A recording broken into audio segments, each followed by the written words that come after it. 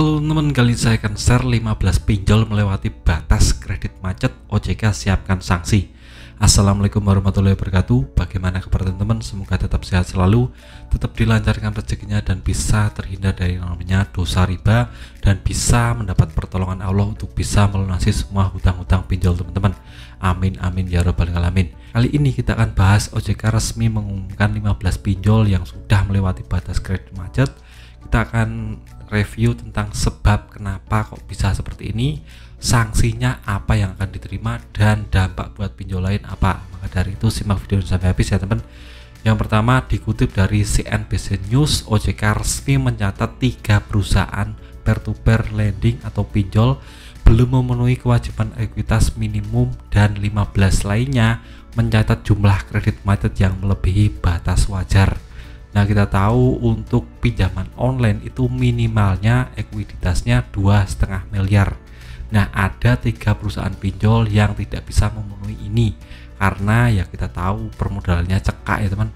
Kalau ke depan tidak dilaksanakan atau tidak ditambah modal usahanya, bisa-bisa 3 pinjaman online ini akan dicabut izinnya dan dinyatakan ilegal karena tidak memenuhi batas minimal ekuitas dalam hal permodalan.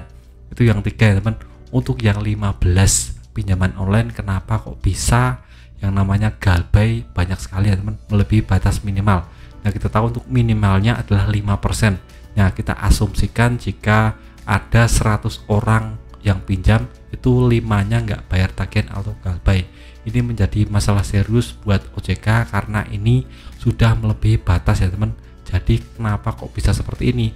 Menurut saya karena peraturan baru di OJK yang serta-merta melakukan yang namanya penurunan bunga dan denda. Ini sangat berpengaruh signifikan sekali kepada yang namanya pinjaman online. Banyak sekali orang yang galbay atau gagal bayar karena kita tahu untuk masalah ekonomi di Indonesia sedang ruwet ya teman, sedang turun, daya belinya turun dan konsumsinya meningkat. Jadi mau nggak mau akan banyak sekali ke depan orang yang galbay atau gagal bayar di pinjaman online. Nah, tercatat 15 pinjaman online ini sudah melebihi batas wajar untuk galbay. Minimalnya 5%, ini sampai 7%, bahkan sampai 10%. Jadi ini mungkin ulah dari teman-teman yang suka galbay teman.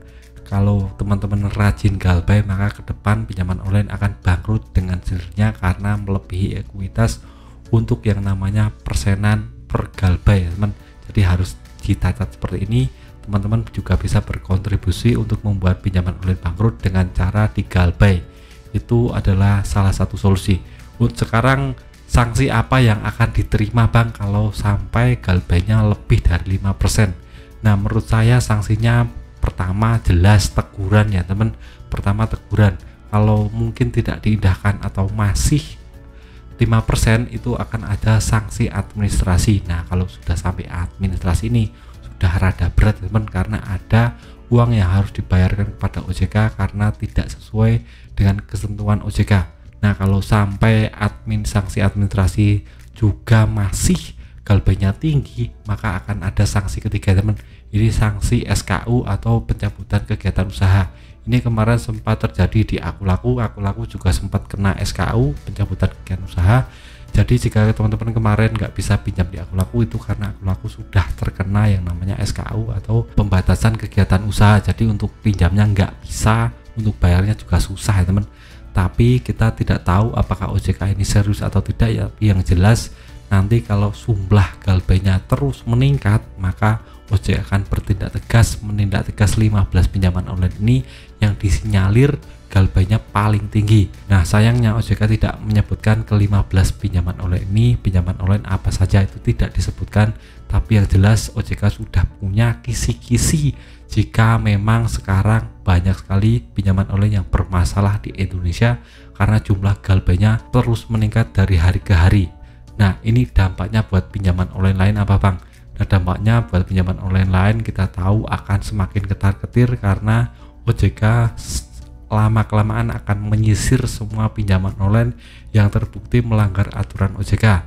Nah, untuk OJK sendiri kita tahu lebih agresif sekali karena untuk ke depan mungkin banyak sekali pinjaman-pinjaman online yang akan jadi ilegal karena OJK sekarang kayaknya lebih atraktif, lebih aktif dalam menyisir pinjaman yang nakal ya teman, karena banyak sekali pinjaman online yang aduan di masyarakatnya sudah banyak sekali tentang penagihan, tentang bunga dan denda yang tidak sesuai dengan ketentuan OJK, tentang banyak hal ya teman, tentang penipuan, tentang penagihan yang luar biasa barbar dari yang lainnya.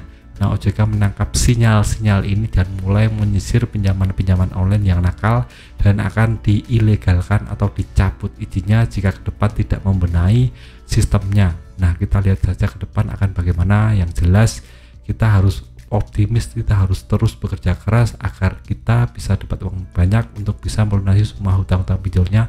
Jangan sampai ngelukro atau yang namanya menyerah ya teman. Jadikan ini motivasi hidup agar lebih giat bekerja. Nah, itu saja video singkat dari saya tentang 15 pinjol yang melewati batas kredit macet. OJK siapkan sanksi. Semoga teman-teman bisa terinspirasi dan bisa mengambil manfaat dari video ini. Sekian video dari saya, semoga bermanfaat. Tetap semangat untuk kehidupan yang lebih baik.